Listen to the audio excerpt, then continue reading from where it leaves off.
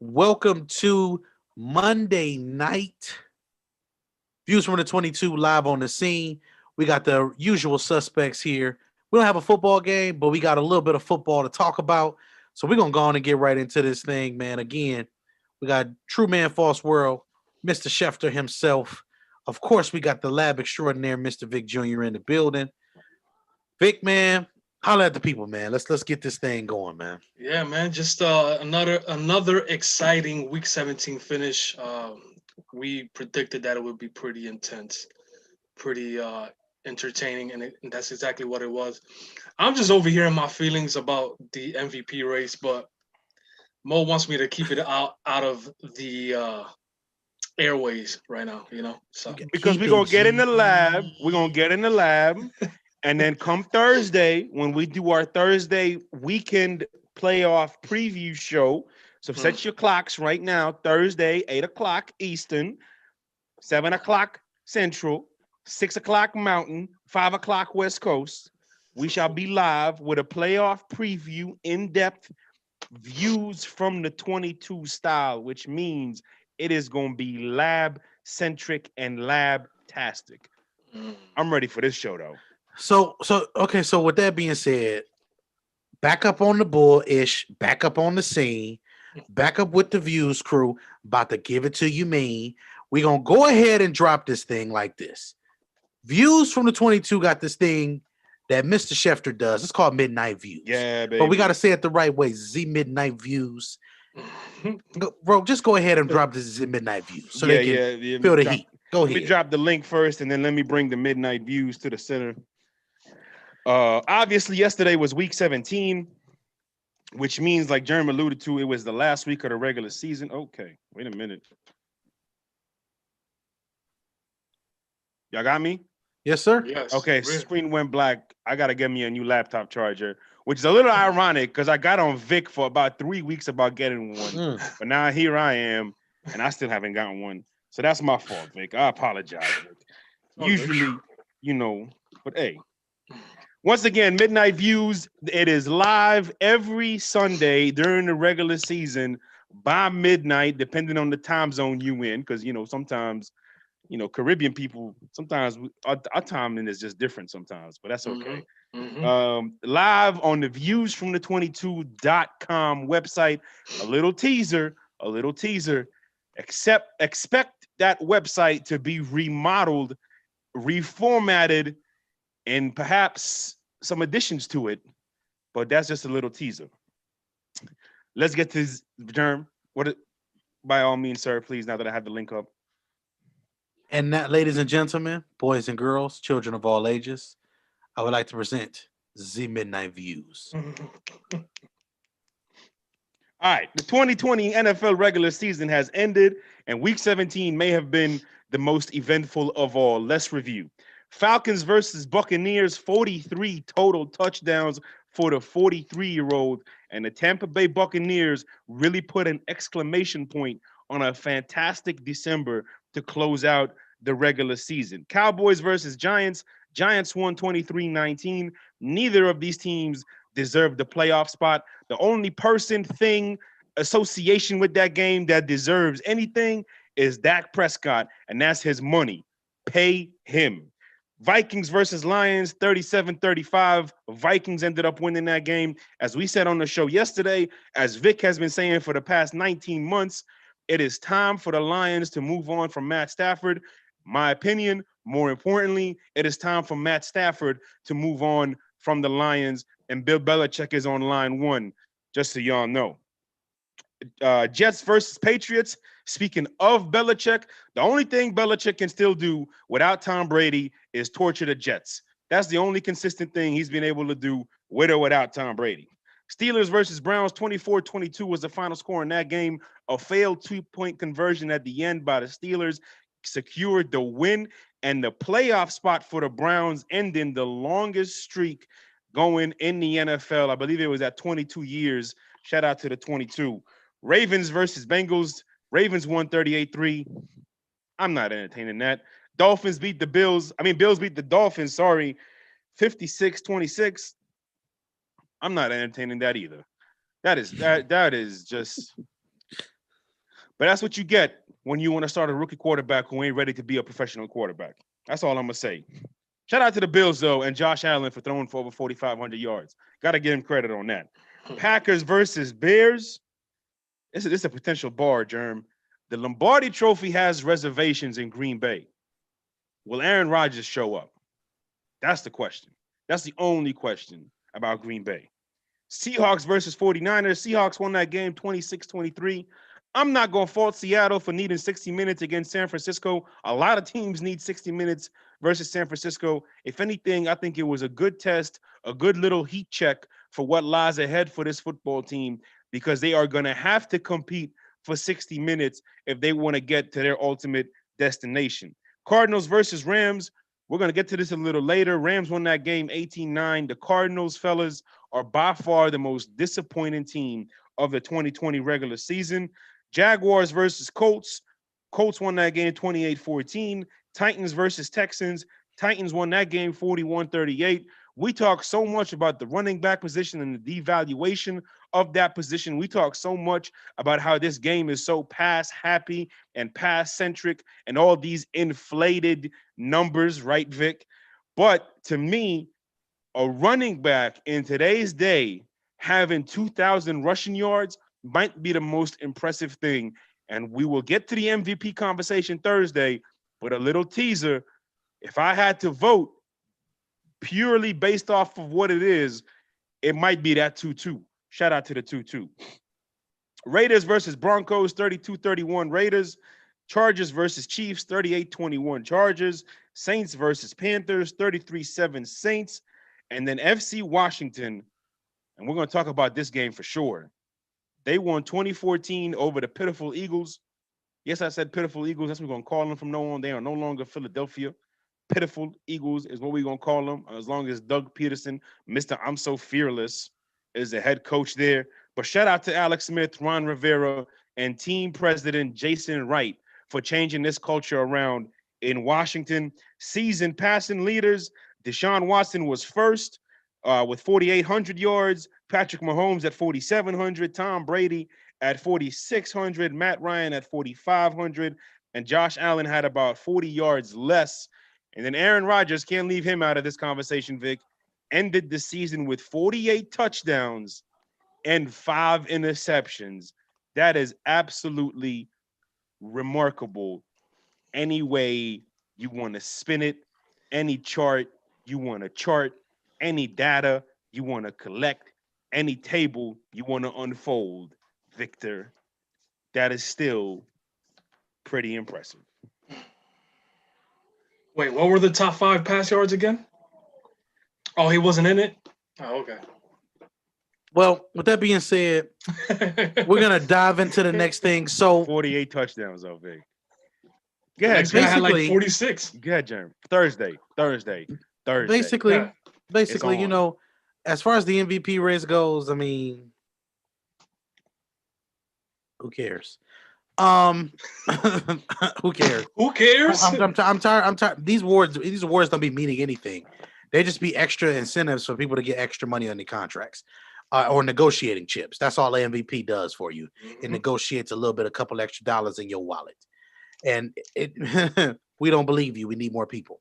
So with that being an understanding thing, as you see, I'm Scout Germ, GM Germ, and Coach Germ. So today I'm going to speak from all 3 levels, because at the end of the day, that's just the type of energy that I'm on for the rest of the year. If I'm speaking from a scout standpoint, I will address myself as such. GM standpoint, I will address myself as such, and coach, I will address myself as such. So now, what did we learn this week, fellas? Let's start at the top. Let's just start at the top with who didn't make the playoffs: the Cardinals and the Dolphins. Coach, perspective. Kingsbury, I can do without him. Brian Flores should still be in the MVP in a Coach of the Year conversation. Period. GM perspective, I see a lot of draft capital that this Dolphins team has for them. They are picking with 4 picks, I believe, in the top 50. That is extraordinary. That is exceptional to go along with a roster that just booked its left tackle and its right tackle this year, it looks like. with Robert Hunt on the right side and Austin Jackson from USC on the left side.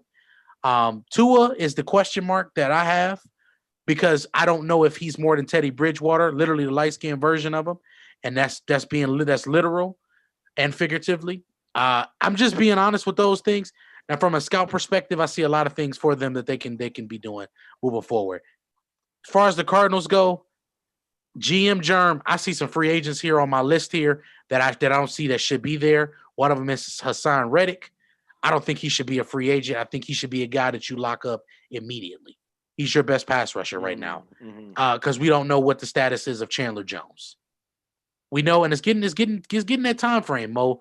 We talk about the technicians; they still do get old. That's the one thing. Sure. Father Time is undefeated, you know. So moving forward with those things, from the coach perspective, like I said, Kingsbury may not be teaching this guy. And this is something that Mo said before, and then I'm gonna pass it to the fellas. Kingsbury may not have done the things that he needs to do to help this quarterback, and that may be the biggest reason why they have been where they are. Let's just call it what it is. So Dolphins, I'm proud of you, even though you didn't make the playoffs. 10 wins after being one of the worst teams in football, after moving all of those players. And listen, you better be lucky we on YouTube because Cardinals is about to get a middle finger. Mo, I'm gonna let Vic go because I know Vic wants to chime in on this Kingsbury, Kyler Murray thing and the Tua thing. Yeah, I mean, you know, I'll try to keep my comments, you know, just to that part. Well, you got the mic, Vic. Go ahead. Father Time wins unless you're Tom Brady. But anyway, Lord, here we go. Stick to the subject, sir. So I got here from the Midnight Views, Dolphins and Bills. Germ feels like Tua is a Teddy Bridgewater type of quarterback. I honestly feel like he's a backup in this league. But time will tell on that. Again, I'm a guy that's for patience, especially at the quarterback position. Have some patience with their development. But again, I just don't see a guy that is a top 32 starter in this league, and that's saying a lot, okay? Because there's not many that are very good in the top 32 anyway. Bills, I mean, Josh Allen to me, again, as you can see what my name says, not my MVP. You guys can, make whatever you want to make off that. Josh Allen is my MVP. I think the difficulty that he had with this team, I think that the things that he was able to do, the connection with Stephon Diggs was outstanding, and some of the film that I was able to see from them, and he put up some real serious numbers with that player there, and I mean Jalen Hurts, again, just another guy that I think is a backup in this league, if that, he was a second round pick for the Eagles. I don't even think he expected to get picked in the second round. All right, let him know the rest of. I mean, I think everybody but Philadelphia thought he was a second round, pick. So, other than that, I mean, again, just looking forward to these playoffs. I'm glad that the Browns was able to make it. They're limping into the playoffs. I was just watching the Browns defense before getting on the show, and they're gonna struggle. They're gonna struggle. And I think is it the Steelers and Browns for the first game? Yeah, no, they're the last game. They're the last game Sunday night. Sunday night. But playoff. But they're playing each other. Yeah. Yes. Yeah. So I think that the Steelers purposely want to take them out playoff time. I know, Jerm, you were talking about get them out already when you get a chance, play your starters. Mm-hmm. I think they're setting it up like this, bro, to be honest with you. Because that defense is just not going to cut it. The defense is not going to cut it, and the Titans defense as well looks a little sketchy. Other than that, it should be a really, really fun playoff race, coming up next week. Well, look, as far as what Jerm was talking about with the Cardinals and the Dolphins, I'm not gonna take too much time because I know we want to talk about something that Vic brought up, which is Jalen Hurts and the Eagles, the whole Eagles situation. But as far as the Dolphins, Brian Flores should still be coach of the year. No, Brian Flores did not make the decision to start Tua. I think that was upper management. And three, the Cardinals are a huge disappointment. Get somebody in there who can teach Kyler Murray to play the position at the professional level and get this team to play the way it needs to be. I agree with you, Germ. We don't know how much longer Chandler Jones is going to be at the top of his game. The only reason I would let Hassan Reddick walk is if I see somebody in the draft that I think could replace his production and maybe even have his ceiling. But on the flip side, and this is the last thing I'll say, the organization, I understand from perhaps not this coaching staff, but the organization has invested a lot in Hassan Reddick and his development and the way he's gone from what he was when he first entered the league, where it was like an athlete that you just don't know what to do with. And now he has an identity within your defense that's built in, that's young, that's got speed, that's got versatility. I think the Cardinals need to do their best to keep these core pieces and invest in beef. Real So, quick, Germ. go ahead. I forgot. The Brian Flores. If the MVP is a regular season award, then the Coach of the Year should be a regular season award as well. It is. So even if they didn't make the playoffs, I mean that guy deserves it. I can't think of another name personally. I don't know if you guys got any names that might be involved in that race. Kevin Stefanski for the Browns is going to get a consideration. Fair enough. But I don't think. I mean, bro, to be honest with you, the Browns roster is loaded. Yeah, in comparison, hell yeah. It's loaded. I mean, we talking about it's a lot of things that I don't agree with, and we don't have to talk about those things today. But I just think that the Dolphins went from a top 5 pick with a lot of draft assets. They turned a lot of those draft assets into players. A lot. That's a lot, man. Come, bro. You can't argue with stuff like that, bro. They have a top 3 secondary in this year in football, and they drafted a guy who I thought they overdrafted. Not to mention Xavier Howard played probably the best corner in football this year. He may have been. What pick did Justin Herbert go, Drew? Number 6. So I don't understand. Yo. So Hassan Reddick, real quick, Mo, there is no pass rusher on Hassan Reddick's level. And also, I want to say this about the Cardinals, the Cardinals coaching staff. And this is GM Germ speaking here. From a GM perspective, he should have never been playing damn middle linebacker to begin with. He was an edge rusher, and that's what we graded him as, which is an edge guy who needed to fine tune his moves. Why the hell was you playing middle linebacker to begin with? Yeah. It never made sense. I remember that. We talked about him extensively because of his ability on third down to put his hand in the dirt and rush the passer. Right. So this is a personnel problem that this team is having when it comes down to things like this. So y'all need to do better, period, point blank. Arizona as a staff, record label, and crew need to just do better. Because if you're down with the Arizona Cardinals right now, it's FU too, and that's just kind of how it goes. I'm finished with it. I have nothing good to say about it. Nothing. Like, I don't like the way you use your running backs. Kenyon Drake can be used better. I don't like the offense that you run because your quarterback is throwing to throwing with concepts, not throwing with actual purpose. There's a difference. Huge difference. Huge difference. Great point. That air raid is taking over in the NFL. Those college offenses, man, and Kingsbury. Again, it's one of those situations where you have to have patience. At least we know when it comes to Kyler, at least from our point of view, we think he is a quarterback at this level. He's excellent. But like you said, yeah. But how many guys can make the throws that Kyler is making from the pocket? Bro, Kyler is in a crowded room. He's short, and he's making throws 60 yards down the field on a rope. That's an arm. That kid has a live arm. He does. He has every tool possible to be a good quarterback. This is no slander to another player. This is not like Lamar Jackson, where we know he has limitations with passing. This is a guy who can make every single throw. Every single throw. And the velocity that he gets from some of these throws at 5'9" is stupid. It doesn't make sense. It defies the laws of physics for a guy that small. We're just gonna call it what it is. Yeah. He'd be Vic, if he was a shortstop, he'd probably be an all-star shortstop. Hey, before you move on to the next subject. Absolutely. Go ahead. Get in there. Let me just get in the comments in. Shout out to April in there. Big shot. Reminded folks to follow us on Twitter, on Instagram, and to set your clocks for Thursday. Remember, on Twitter, @scene_the on Instagram, the.scene. Shout out to Victor Mino in there. April saying Wentz going to New England.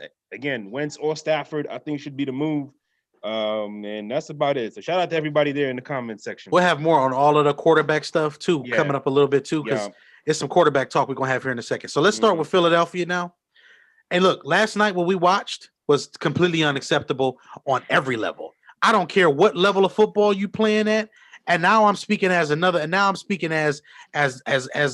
football person. What I seen last night was disgusting. How dare you go to a game, have a chance to win the game, and purposely say you didn't want to win it? How dare you? I mean, Doug Peterson, go ahead. I'm sorry. I'm ready for you to go. Yep. Howie Roseman, I'm ready for you to go. Yep. Carson Wentz, go to a new team. They don't deserve you. Nope. They don't deserve you. They don't deserve any elite play. Fletcher Cox, go to a new team. Go somewhere where you're appreciated and where you deserve to win, bro. This organization has went from a lucky organization with everything going right to a clown organization. What kind of Mickey Mouse organization goes and calls themselves a winning franchise or a franchise that should be respected, and you don't take a game that you had an opportunity to take? Unacceptable, bro. Go ahead. I don't want to be too disgusted because I really got a lot of things to say about Doug Peterson. Mm-hmm. But I'm going to tell you one thing, Doug, it's time for you to find a new profession. Period. You're trash, bro. I don't care what you call all them high school, college plays. Go coach high school football with that mentality. Don't. I don't even want you coaching my kids with that mentality. I don't want you coaching nobody. Go coach a poodle. It wasn't professional at all, man. Go, Mo. Go ahead, Mo. I'll let you get it out first. I mean, look, I think Jerm pretty much summed it up. Like, it was unprofessional, low-key unethical, and just disgusting to look at. Again, he came out in the post-game press conference and, it was my decision. I was trying to win. I thought he deserved to play. First of all, he started the sentence and ended the sentence and contradicted himself without even putting a comma in there. So that just shows you how bad the decision was by Doug Peterson. We thought pulling Carson Wentz was a bad decision. This was worse. This was way worse. And you could just see it with the body language, especially of that offensive line. You could just see their body language. They were disgusted. Okay, they were wincing at what the hell their head coach was doing. Shout out to Charles Winston. Yeah, shout out to my boy Charles. Shout out to my Winston brother Payne. Charles. Yes. Again, I'm done with Doug. He wrote a book called Fearless, and then he went and punted to Ty. Okay? And he should have been fired after he punted to Ty. But yesterday was just him saying, I don't care if we win or lose. Well, guess what, mother, you lucky we on YouTube? There's 53 grown-ass men sacrificing their bodies daily, and they trying to win this game. So it doesn't matter what you think. It doesn't matter what you feel. It doesn't matter who you think deserves what. You have a professional obligation to win every football game that you coach. And he didn't do that twice this year, which leads me to my verdict. The 2018 Eagles was a fluke and nothing but a fluke. I was going to go there. The 2017 Eagles? Yeah, the ones that won it. That was a fluke and nothing but a fluke. We talked about it at the time. Some people might hate what I'm going to say, but they were handed that Super Bowl by Bill Belichick. First, for him trying to be the disciplinarian that he was by benching Malcolm Butler, right? And people are going to say, well, Malcolm Butler is not that good. That's not the point. Is that you took one guy that plays his position. Now you switched everybody else around. So now you took this guy out. This guy's playing out of position. This guy's playing out of position. Mo did a great job breaking it down that year. If you need to go back and check it, okay? Because this is real life. That's what happens. You take somebody out of position, other guys are going to be, Patrick Chung became the nickel corner, and he normally covers tight ends. Yes. And then you took the Patrick Chung, who is the whole reason. Again, go check out that video, Views from the 22 YouTube channel. It really, if I do say so myself, it was a pretty damn good video. And to your point, Vic, I'm gonna let you finish. But to your point, it's not like he started game planning with this. I pledge allegiance to the flag. Hey, by the way, sit down. Yes. Go back over there. Right before the game started. Like, so excuse me. And I mean, what is that like? So the whole team is probably looking like, all right, what just happened here? So you're prepared, right? Because you're considered one of the best coaches ever because you're prepared day in and day out. But you expected your players to perform under that circumstances. Anyway, I don't want to get off topic. They were handed that Super Bowl. Therefore, that's why he still has a job now.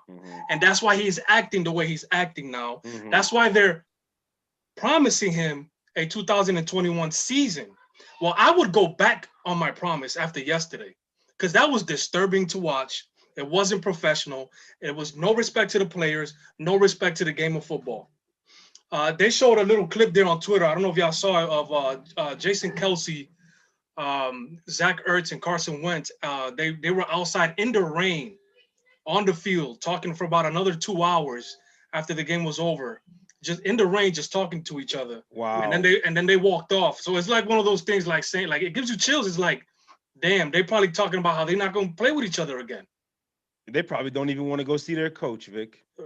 Exactly. So I mean, it's a sad thing. The Cowboys have been a team for me that hit rock bottom.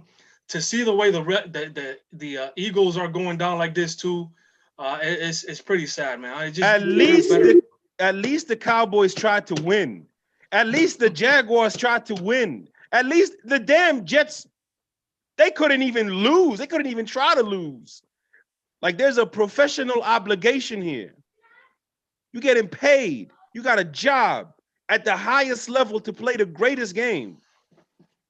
And worse, you the coach. So you're not the one actually physically sacrificing your body.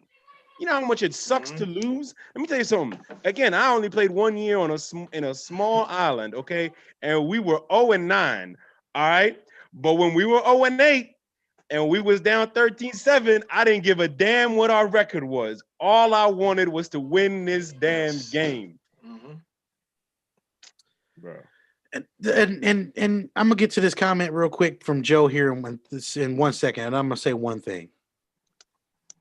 The most disgusting part of all of this is that you allow yourself as an organization to put that product out in front of the world, and everybody in the world was looking like, wait, what?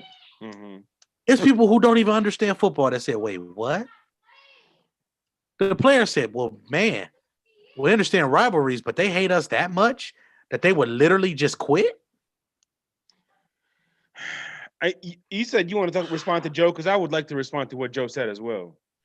Yeah, so real quick, Joe, he said, no question, Hurts was the better option, but Jalen Hurts wasn't lighting the world on fire. So the story that they would have won is out of control.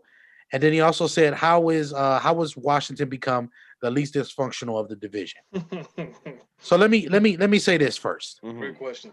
Jalen was not the better option because you had an obligation to your franchise quarterback to stick with him even if he struggles. Let me say that one more time. You have an obligation to stick to your franchise quarterback because you paid him. You said, I ain't got no keys up here right now. You said, here are the keys to my organization. Yes. These are the keys to my franchise. That means win, lose, or draw, you are the guy.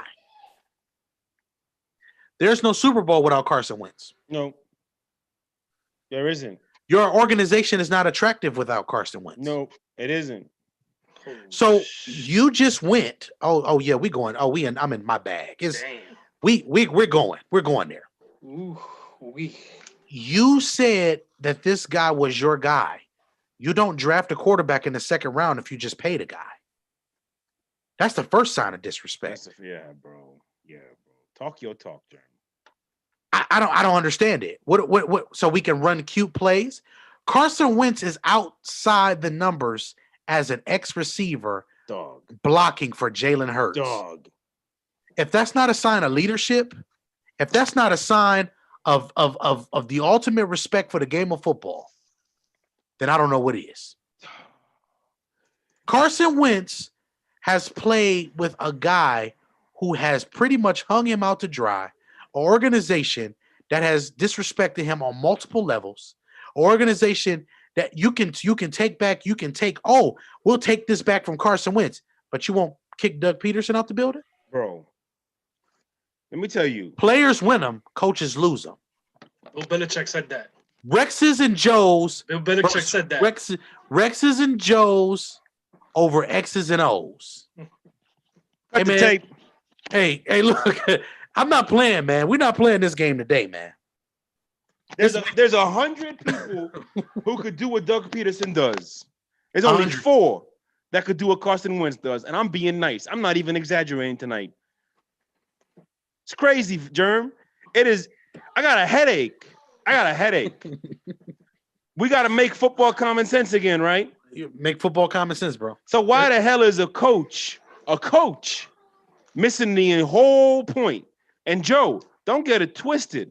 It's not about whether they would have won or not. This is not about Washington. Washington deserved it. Washington, as you said, they are the most qualified to play this weekend. 100%. This is because we're gonna talk about Washington Thursday because we got a lot to say about Washington. And I got some bad stuff to say about Washington. I got some good stuff to say about But at the same time, but not as bad as this, Germ.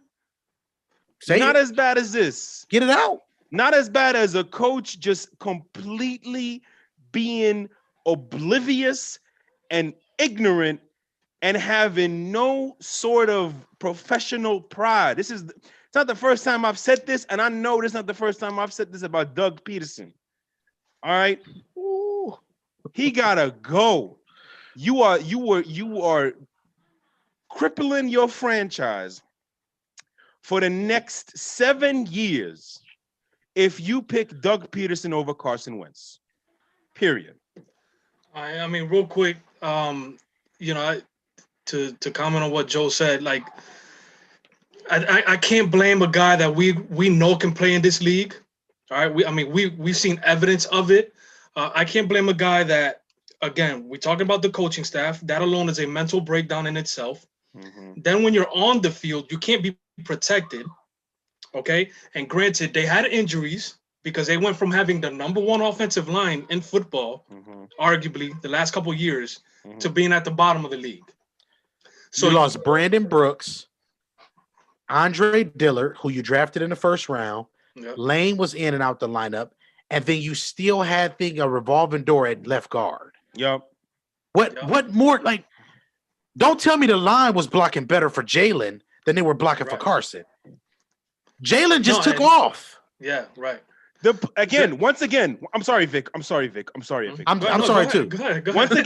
Once again, Wentz is gone, and all of a sudden, Doug Peterson now says, "Now I got a coach," instead of just draw up all these Madden plays. Right.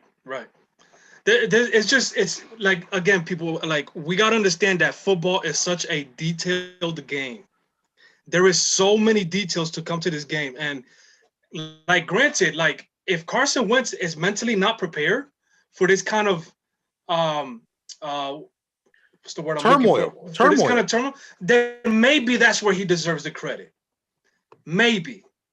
But other than that, I have to see, when all things being equal again, I'm giving Wentz another couple years. I'm not even going to say 1 year. I'm giving Wentz another couple years with the same protection he had.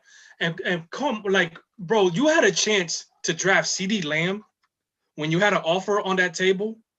You had a chance to draft Justin Jefferson with your pick because he went after you, but you went and drafted Jalen Reagor. Bro. That's not, I mean, it was evident that he is not an outside receiver. Right. So it's too many things. And then, like Joe said, Washington all of a sudden not being the least of, like, that goes to show you how quickly this game could change. Yep. I've said this for as long as y'all known me. This game could change immediately. Mm-hmm. Look at how the Cowboys have one of the best offensive lines in football with the way they drafted.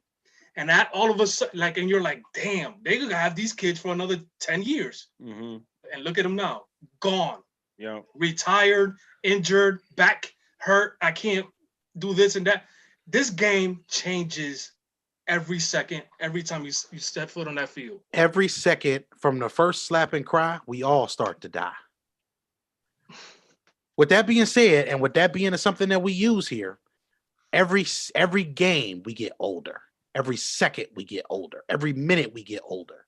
So every player may not play the same game to game, let alone year to year, let alone game to game.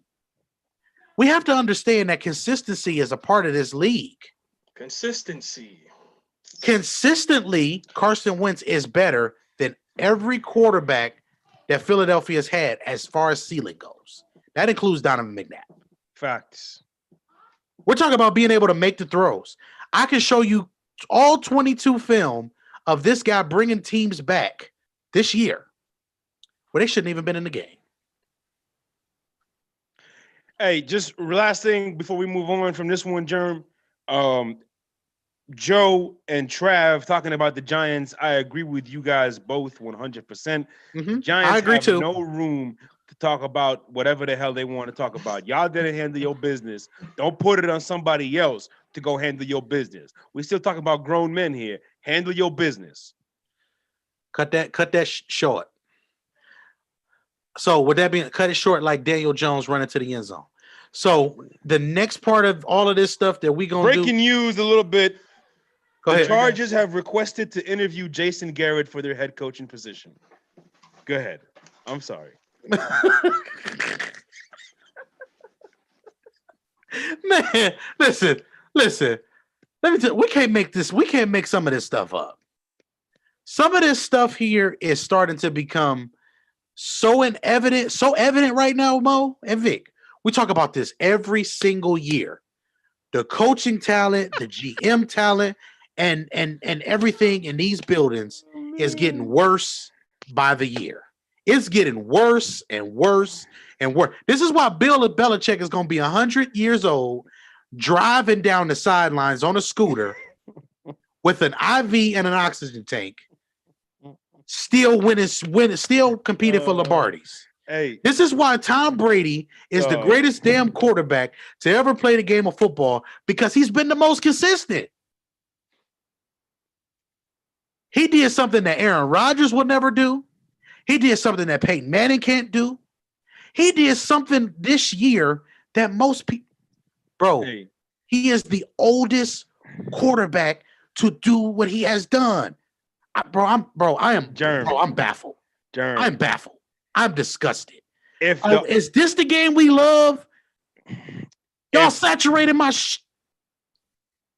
If the offensive coordinator of the second worst offense in the league lands a head coaching job a year after being fired for going 8-8 for a decade, we need woke less on the show immediately for this one. Where's Big Bro?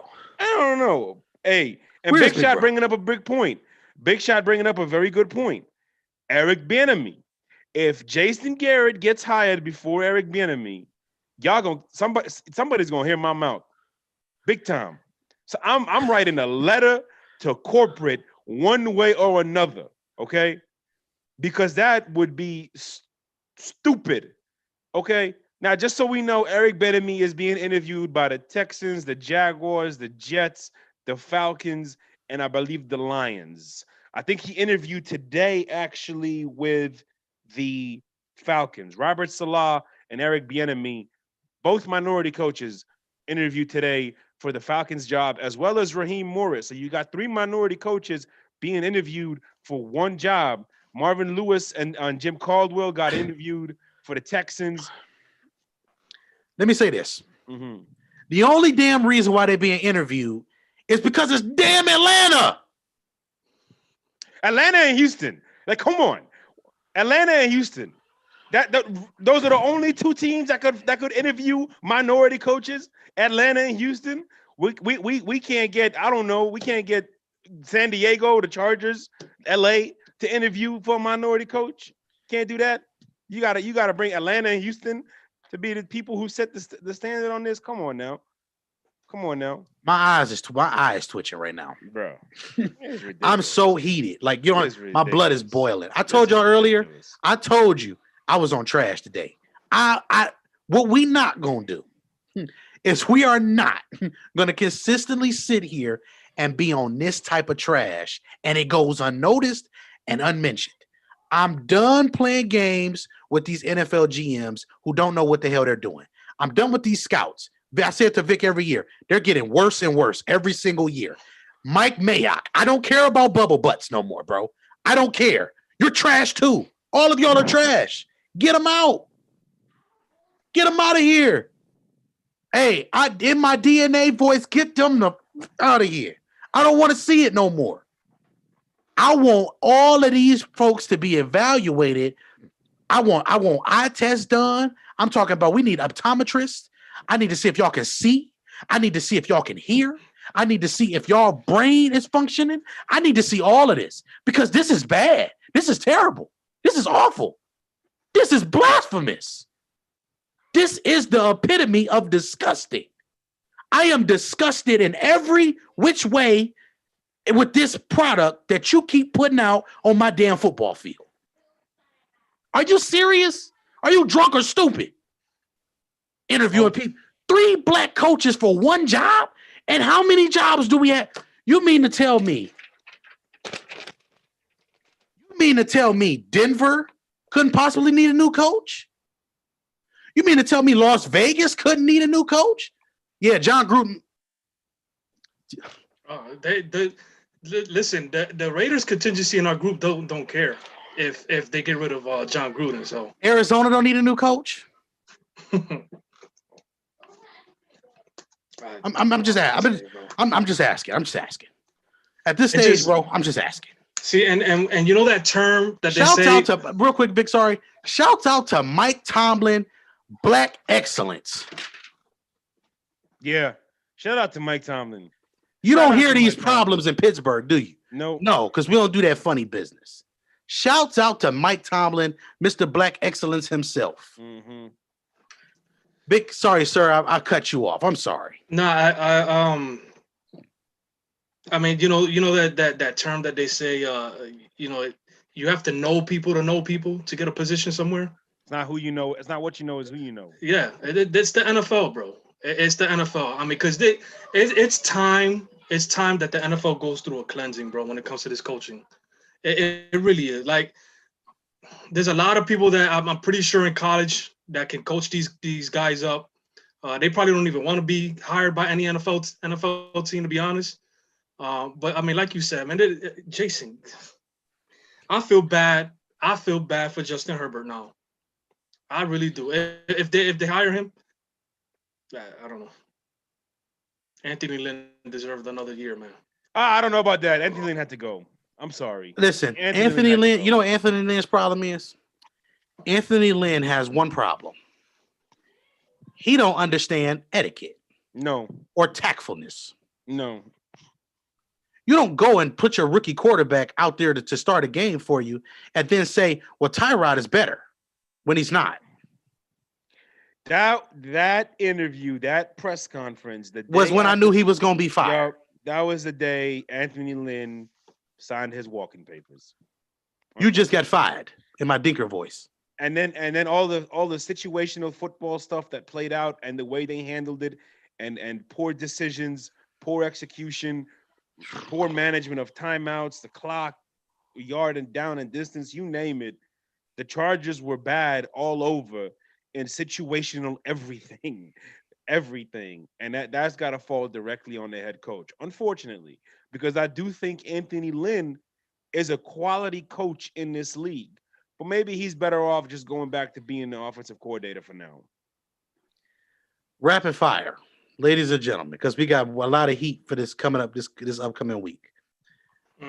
Questions, anything that you got, Mo? Did you have some things that you wanted to go over? Well, just to talk about some things. I had it somewhere here pulled up. Just real quick, some things. Eric Bieniemy, Raheem Morris, Robert Salah, as we talked about, all being interviewed by the Falcons, the Lions, the Texans, the Chargers. As we talked about, they are requesting interview with Jason Garrett, the defensive coordinator for the Colts, and the defensive coordinator for the Rams, Brandon Staley.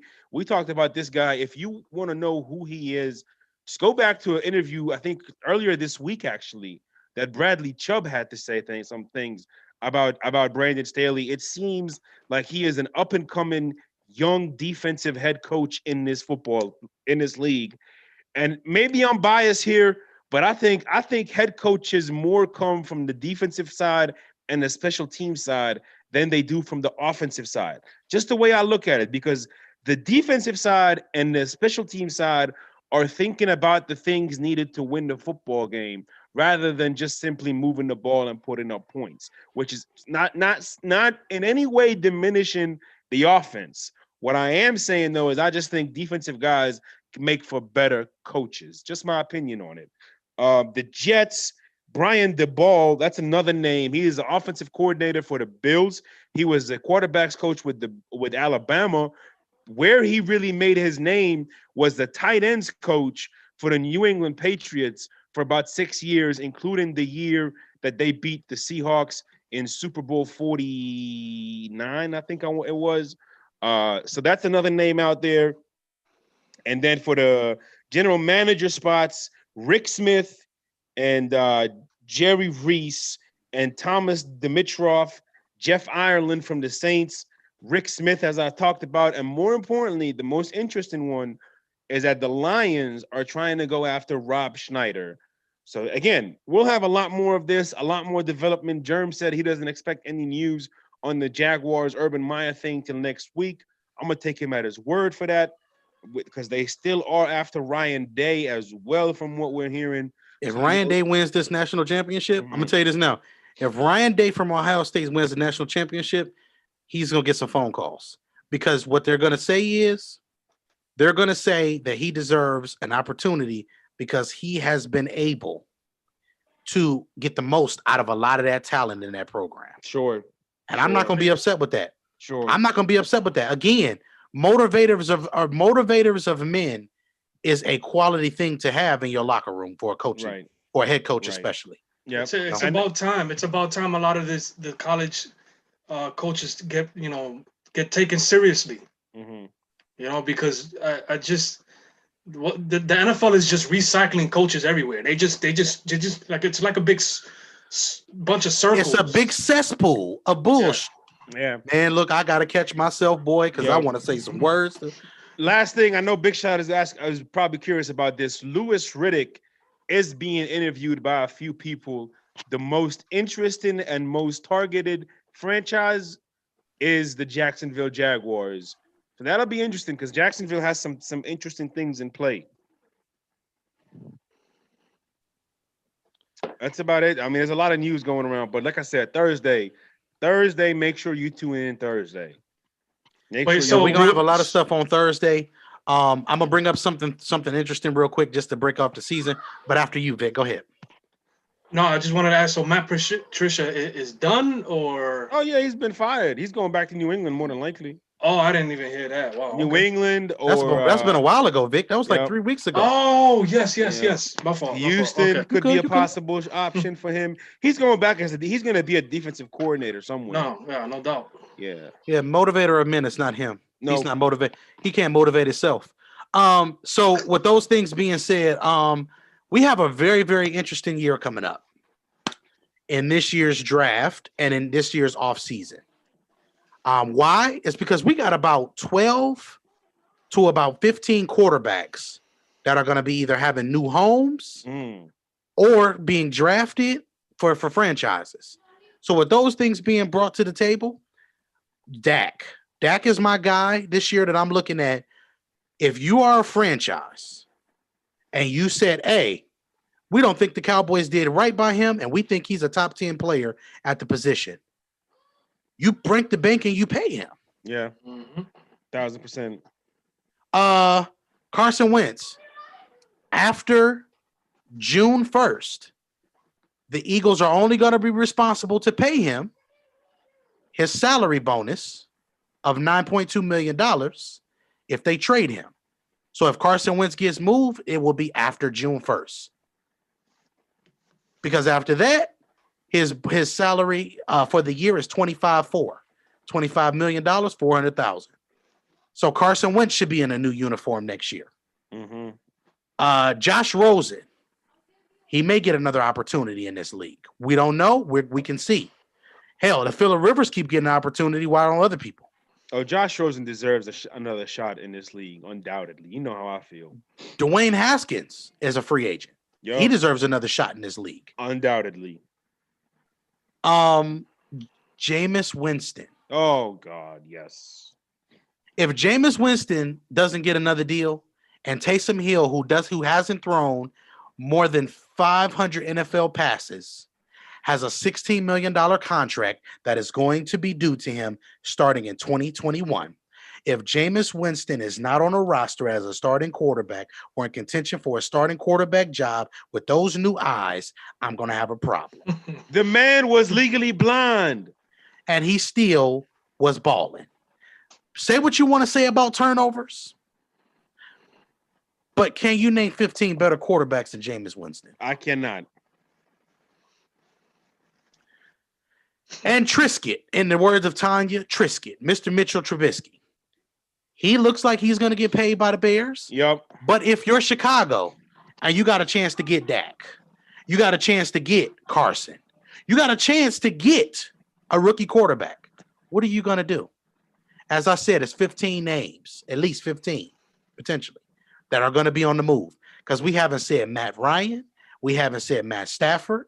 Those are two other guys that we need to be on the horizon looking for as well. Drew Brees better not be in my league next year. He's probably going to retire. Drew Brees better not be in my league next year. I said it out loud, and I'm not going to say it again. Or because of cap purposes, might be asked to retire. For cap purposes, they're still going to have to pay him. Yeah. With the retirement? They're stuck with Drew Brees for at least $11 million. No matter what they do, they got to pay Drew Brees $11 million. They're 95 over the cap starting after the Super Bowl. The Saints are almost $100 million over the cap starting once the Super Bowl ends. I want y'all to do what y'all made. That's nuts. So with that being said, we got Vic Jr., we got Mo Schefter, we got Germ So True. Views from the 22, live on the scene. What we're going to do is we're going to come back Thursday. We're going to have more stuff for you guys Thursday. Of course, besides Thursday, we may have some things for everything else throughout the week. Also, make sure you guys tune in because we're breaking down positions. We're doing the whole 9 yards on the channel. That's the.scene on Instagram, scene underscore the on Twitter. Of course, make sure you follow the YouTube page, like, subscribe, and you just never know when we may go live. You just never know. So with that being said, with peace be to everyone, and make sure y'all have a good night. Signing out, 2-2. Shout out to Not My MVP. See you in January. I should have clicked stop live stream 5 seconds ago. We out, y'all.